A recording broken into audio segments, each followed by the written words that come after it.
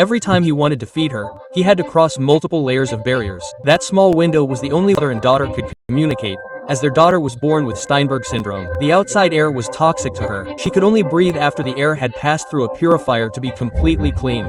The father was confident that this was how they could live, until a massive 7.5 magnitude earthquake struck that day. At that moment, Sarah, the daughter, felt something strange. She looked through the glass. People were disappearing into the mist. The ground was cracking, and smoke was billowing from the cracks. Anyone who inhaled the smoke was crushed to death. Toxic gas had spread through the air. The man immediately pulled his wife closer, explained the situation to her, and locked her in a medical pod. Then, he took his wife and ran to the upper floors. But the gas was so strong that it reached the 18th floor in a matter of seconds. They somehow reached the top floor and knocked on a neighbor's door. Mike, the man, went to the balcony to look around. White smoke was still rising below. He knew that if he didn't do anything, everything would be over. Just then, Sarah's voice came through the intercom, saying she had sent an SOS. There were only 4 bars left in the medical POD's backup battery. If the gas continued overnight, she wouldn't survive. Hearing this was nothing less than a punishment for the father. His daughter was 20 floors below. Going down meant risking his life. Holding his breath for 5 minutes seemed impossible. Then he remembered that a neighbor lived downstairs who had a respiratory condition. He must have oxygen tanks in his house. Without thinking,